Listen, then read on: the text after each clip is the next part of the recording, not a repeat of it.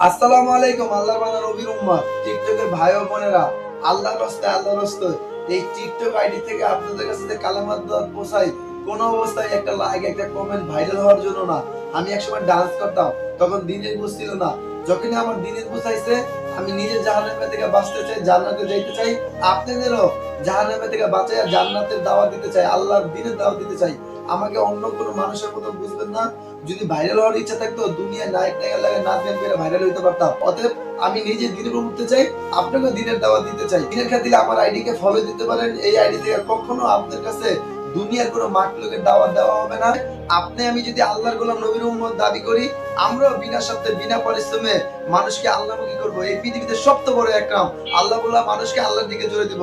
কোন অবস্থায় বিনিময় নিব না। বিনিময় নেওয়া যায় দিলে আল্লাহ রসুল তলপেটে দুইটা পাথর বাঁধত না, আল্লাহ নবীর সাহাবীরা একটা পাথর বাঁধত না।